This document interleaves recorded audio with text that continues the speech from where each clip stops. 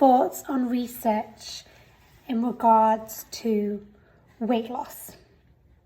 Studies have shown that 95% of dieters are unable to keep the weight off at 5 years.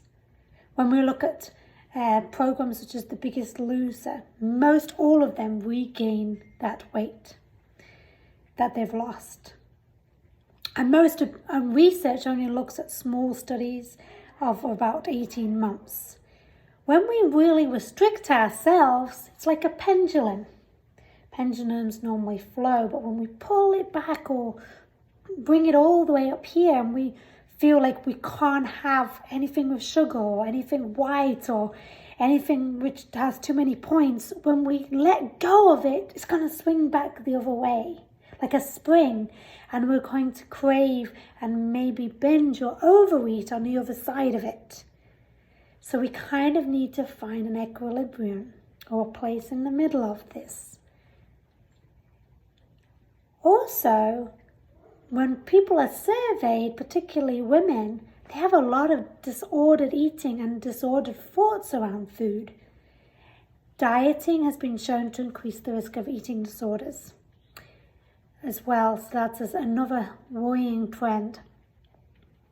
And another study I just came across, because I've just been fun digging through the research, it showed that regardless of BMI at the start of a study, if you engage in health-promoting behaviors such as eating and nourishing foods and finding activity you enjoy, stopping smoking, so and so forth, your mortality, that means the risk of dying from various diseases, decreased independently of BMI too.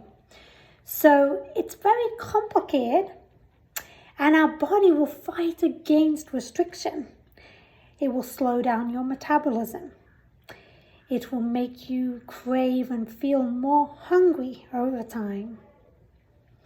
It will naturally try to fight back to get back to a set point or an equilibrium. So it's very hard to do.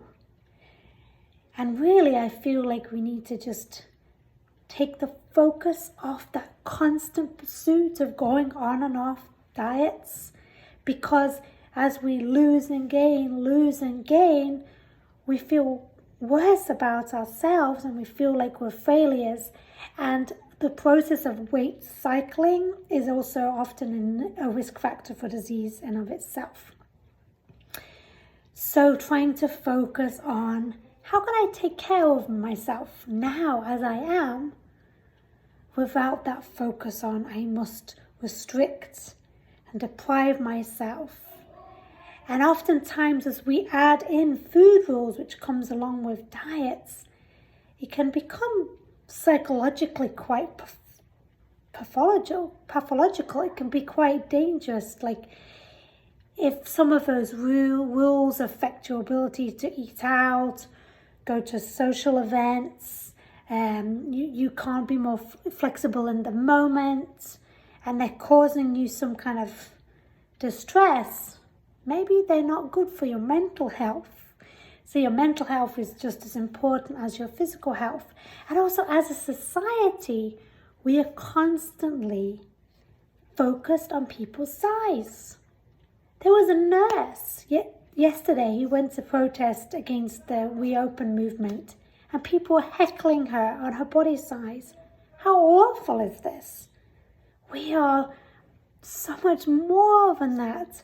Our size and our body is just a vessel that carries us through the world.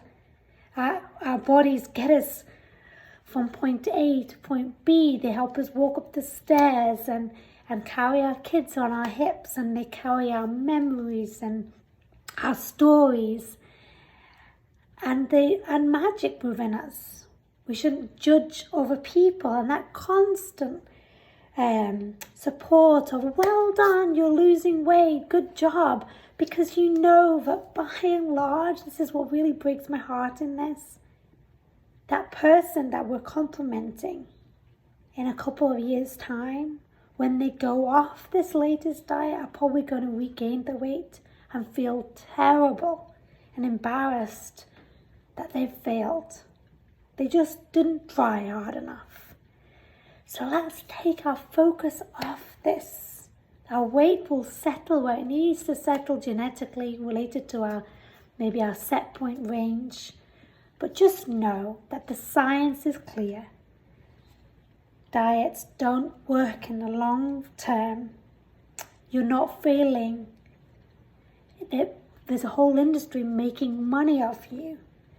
And knowing that you will fail and you will come back as a repeat customer. That's their business model. So just some food for thought. Share your experiences if you would like. There is a different way, but you're wonderful and worthy as you are. Take care of you and trust your body. Trust your body. It knows what it needs to do.